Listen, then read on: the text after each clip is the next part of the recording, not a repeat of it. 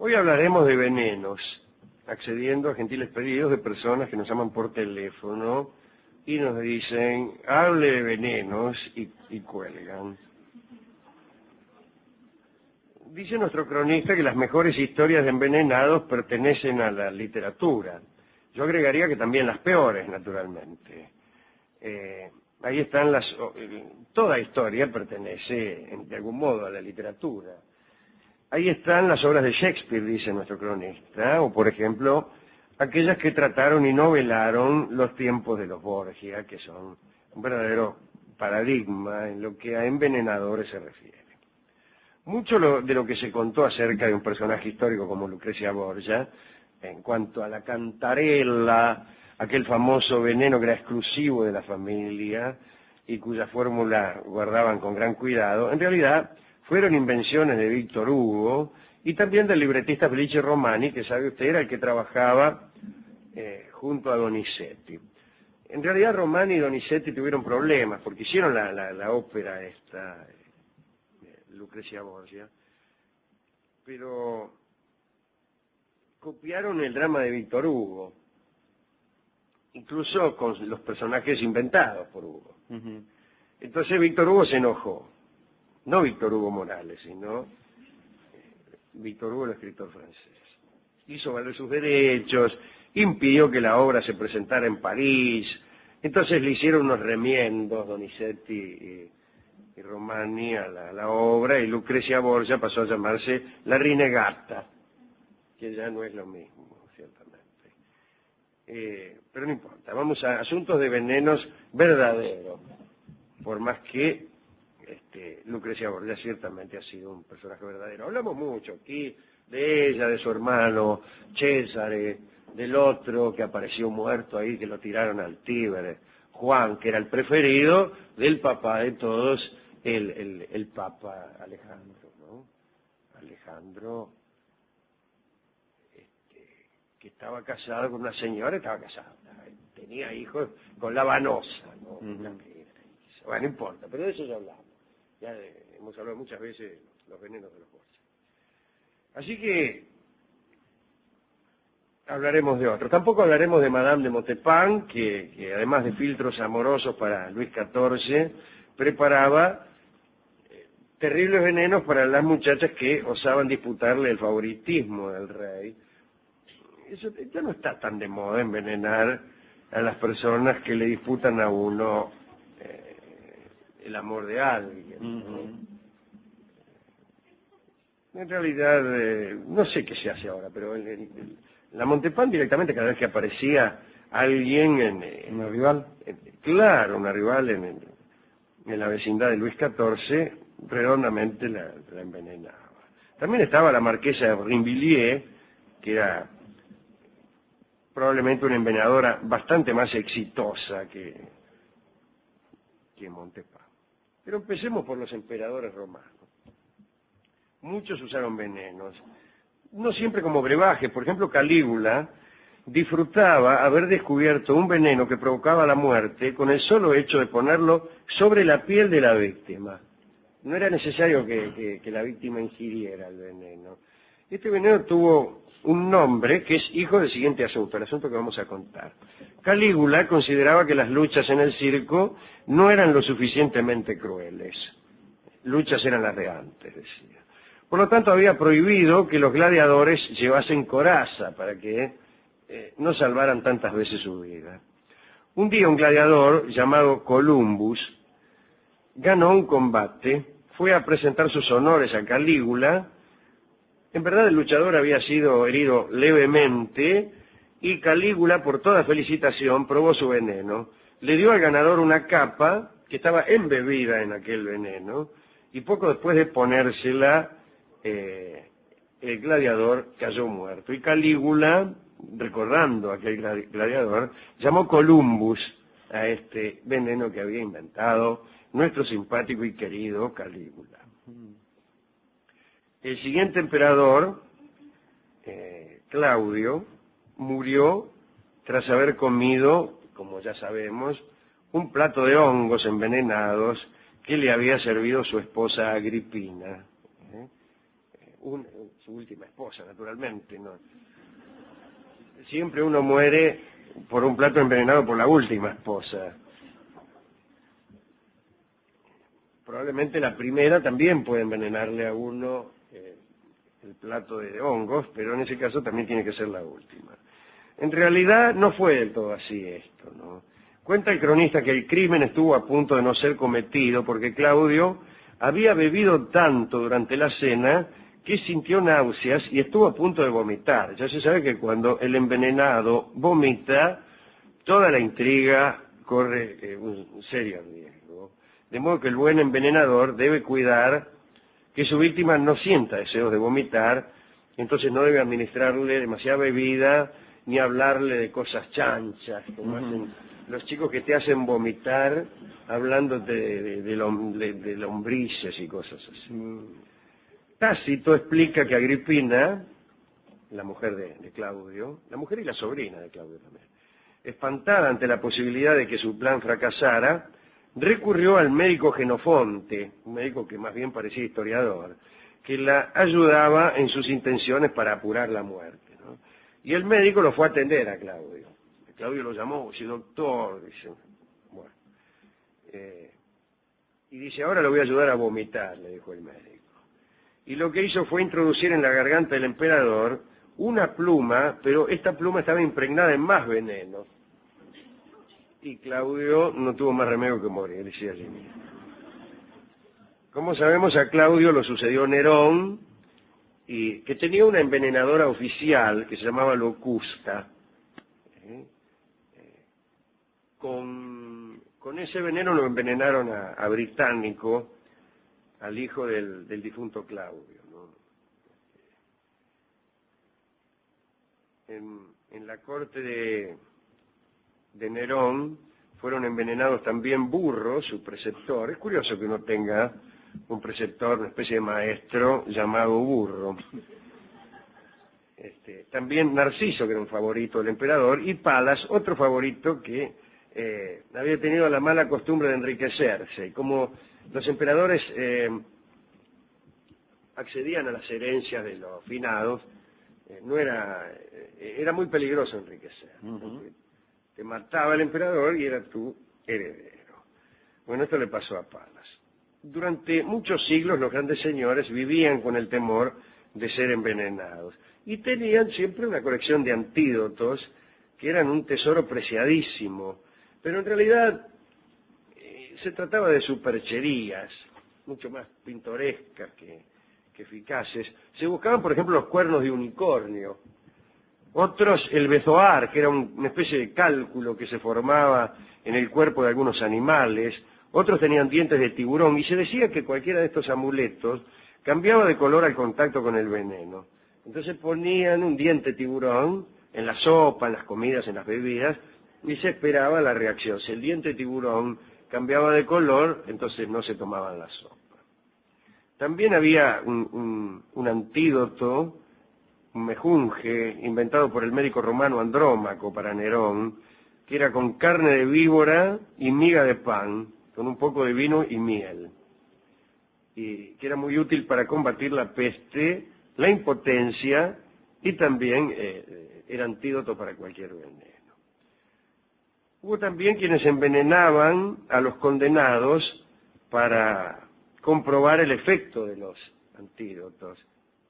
Ahí está el célebre médico Ambroise Paré, que no era otro que el médico que atendió a Enrique II. El otro día tratamos de hacer creer a la gente que Enrique II, el rey de Francia que murió de un lanzazo en el ojo, había llamado a no sé quién desde Cádiz, creo. No me acuerdo. Pero el médico de él era Ambroise Paré, que lo mantuvo vivo un rato largo, pero después se murió, imagínense. Sacaron un lanzazo justo por el agujero del yelmo, en un torneo, nada, ni siquiera estaba en juego de manos. En una competencia. Claro, Enrique II, el marido de Catalina de Medici. Y este era el Ambroise Paré, y resultó ser que él probaba los antídotos. El rey que vino después, Carlos IX, el otro, primero vino Francisco II, después Carlos IX, probó la eficacia de un vestuar que le había sido regalado. Y entonces buscaron a un cocinero que iba a ser ahorcado por haber robado la vajilla del rey. Se había afanado unos platos y lo habían condenado a la horca, al cocinero. Y lo consultaron. Mire, señor dice, ¿qué quiere? ¿Que la ahorquemos? ¿O prefiere usted someterse a la prueba de ser envenenado y después probar a ver si sirve el antídoto que ha inventado acá el doctor Ambroise Paré? Bueno, dijo el cocinero, envenéneme. Total, antídoto para la horca no hay. Así que ojalá que sea un buen antídoto. Muy bien, le encajaron, andá a saber qué veneno. Y se lo dio el propio doctor Paré, ¿no? Y después le dio el vestuar. Y después lo empezó a mirar el doctor Paré para hacer anotaciones científicas. Y leo, aquí tengo el informe del doctor Paré. Dice: se puso a vomitar con grandes espasmos, diciendo que tenía fuego en el cuerpo y pidiendo agua. Luego encontré al cocinero en 4 patas, andando como una bestia, la lengua colgando fuera de la boca, rojo en la cara, echaba sangre por las orejas. Informo a su majestad que el reo murió. Firmado el doctor Paré. Bueno, un verdadero prócer de la medicina. El cardenal Richelieu vivía rodeado de gatos y les hacía probar la comida y la bebida que les servían. Esperaba un tiempo prudencial, no se sabe qué tiempo sería prudencial para el cardenal Richelieu, y si las mascotas continuaban vivas, recién entonces comía él. Pero usted ya sé lo que está pensando. Por ahí él comía y morían después las mascotas. ¿Qué hacía Richelieu? Bueno, se moría.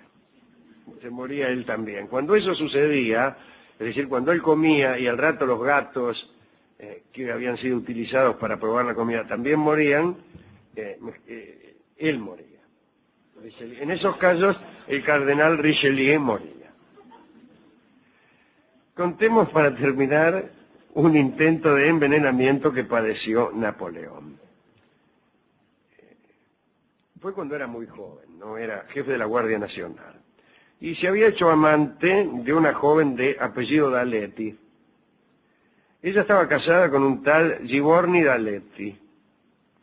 Napoleón participaba en la casa de la muchacha con el esposo y ahí, qué sé yo, unas comidas, un bailongo, no sé qué.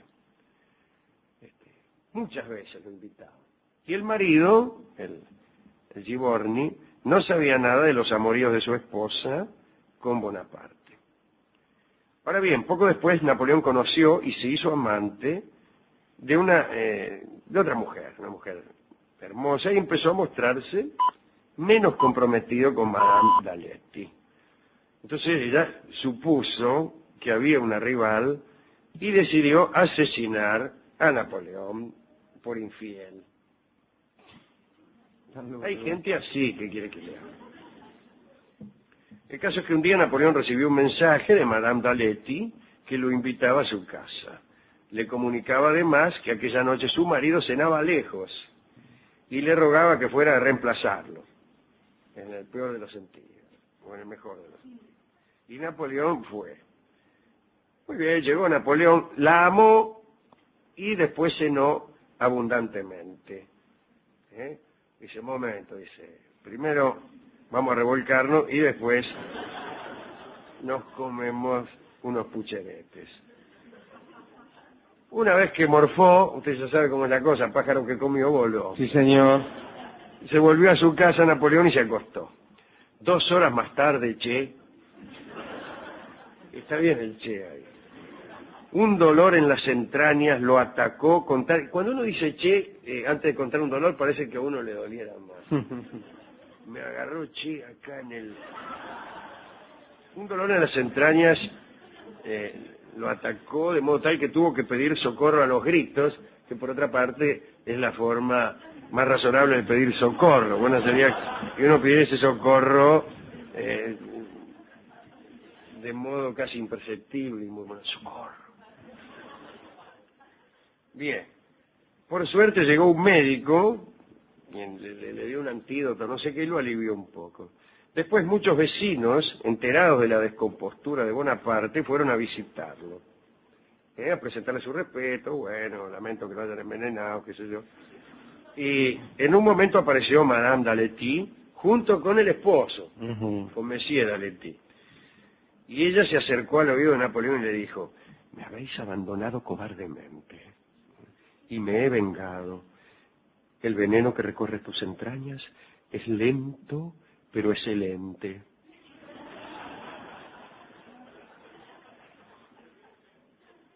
Delatad mi crimen y yo delataré el vuestro, dijo, y medio que lo señaló al marido. Y dice, hay quien sabe cómo castigar la pérdida de su honor. Parece que el marido, el tal Giovanni d'Aletti, era un tipo de como 2 metros, y Napoleón comprendió que valía la pena callarse. Después llamó al médico, le dijo que el veneno lo estaba consumiendo, etcétera.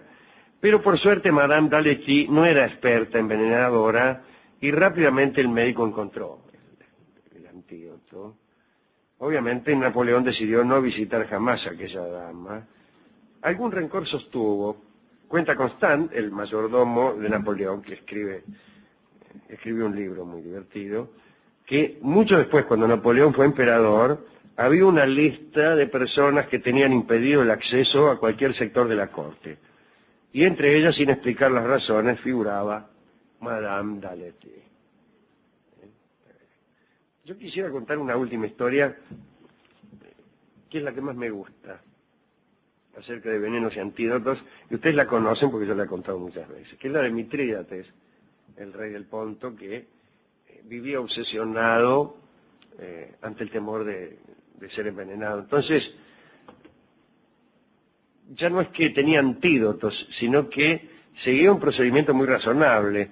Si hacía, mejor dicho, bebía o se hacía inyectar o no sé qué, no se hacía inyectar naturalmente, bebía pequeñas dosis de venenos para ir acostumbrándose a todos ellos. Con gran paciencia a lo largo de los años fue ingiriendo dosis minúsculas de toda clase de venenos, de todas, para ir acostumbrando su cuerpo, de modo tal que se hizo inmune a cualquier veneno. Entonces lo agarraron un día unos tipos y lo estrangularon.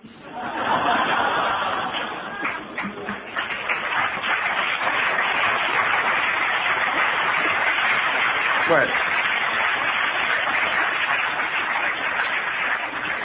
¿a quién dedicar este catálogo de envenenamientos? A Mitrídates del Ponto no está mal. Al cocinero, Alejandro, pobre, que por afanarse unos platos... Al cocinero, claro, pero ve, a usted siempre le importan los aspectos laterales del relato. Sí, pobrecito. No era muy importante que lo habían condenado por afanarse unos platos. Hubiera sido importante si esta hubiera sido una charla acerca de la injusticia de ciertas sentencias, pero no lo era. Bueno, a mí me da pena. Y bueno, está bien. Tiene razón, Rolón, al cocinero, ¿a quién más? A todos los amigos de la familia Borgia, que terminaban mal, a los maridos de Lucrecia, el primero era un tipo que se llamaba, me parece, corríjame, Giovanni Sforza, que era un tipo que claro, al padre, al Papa Alejandro, no le había gustado mucho, o querían hacer otro casorio y había que divorciarla. Entonces lo acusaron de impotencia a Giovanni Sforza, que al parecer marcaba 1.36 los 1600. Sin embargo, a él lo acusaron al tipo y tuvo suerte, porque peor le fue a Alfonso, el segundo marido, Alfonso de Nápoles, que fue asesinado. Y después la agarraron la familia de al del otro Alfonso, Alfonso de que se lo llevó, como sabe usted, se la llevó a Lucrecia Ferrara, y ahí, lejos del Papa Alejandro, toda la parentela, la metió en una pieza, che, y la tuvo cortita, pobre Lucrecia, y la obligó a vivir una vida infeliz durante muchos años.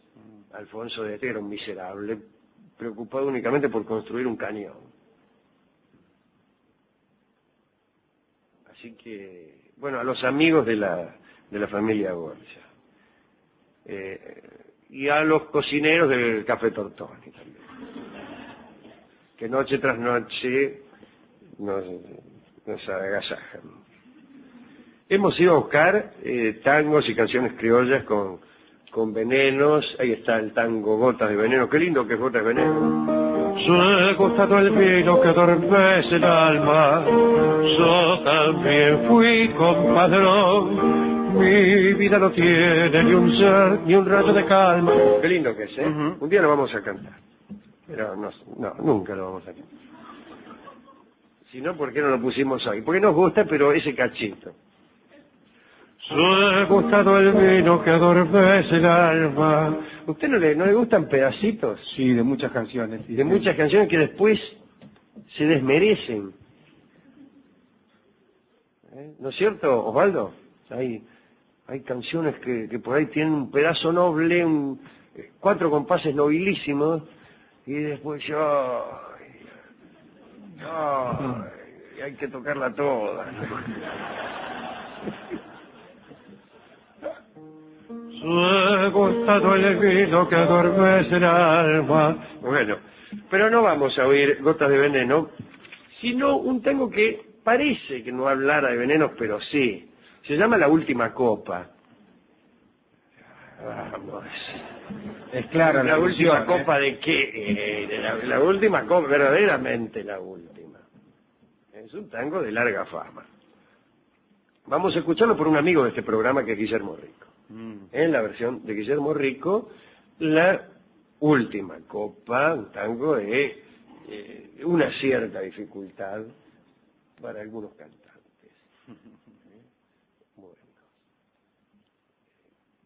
La letra parece insinuar que se tratara de la última copa de vino, la última copa de alguien que va a morir, pero no porque esa última copa esté envenenada, sino porque ya va a morir. Ya va a morir de cualquier momento, se tomó una última copa de algo, champán parece decir. Una versión todavía menos atrayente sería aquella conforme a la cual se trata de la última copa de un señor que ha prometido ser abstemio en lo sucesivo, alguien que va a dejar en la bebida. Yo voy a tomar la última copa, eso sería espantoso también. Pero en realidad la verdadera intención del autor es señalar que hay un envenenamiento aquí, un envenenamiento. ¿Quién envenenó al sujeto de enunciación de este tango? Yo creo que la mina. Porque él le dice, y si la ven, amigos, díganle. Tiene que decirle, díganle, no por una falla en su léxico, sino porque hay que cumplir con la rima. Es una licencia poética, Claro. Alejandro. No es una licencia poética, es una rima. Si la ven, amigos, díganle. Y si la ve, amigo, dígale, hubiera sido mejor, pero ya entonces el hombre tendría que haber empezado a cantar el tango dirigiéndose a uno solo. Y yo la quise, muchachos, no. Yo la quise, muchachos, yo la quise, señor mío, y la quiero. Bueno, pero como había que modificar todo el tango para una... Y además, yo creo que un tango no está para dar clases de gramática. Esa gente que empieza a hacerse problemas porque hay una palabra, fuistes, ¿qué querés, flaco? Es un tango. ¿No te acordás que conmigo te pusiste un sombrero? Y está bien, ¿qué va a cantar el tipo? Obsérvese, hoy vamos a detenernos porque esto tiene cierto interés, ¿no? Por ejemplo, usted canta. ¿Te acordás que conmigo te pusiste un sombrero y aquel cinturón de cuero que a una mina le afané? Fíjese, ¿Te acordás que conmigo te pusiste un sombrero. Es una porquería ese hiato. Ese hiato es, te pusiste un sombrero, claro.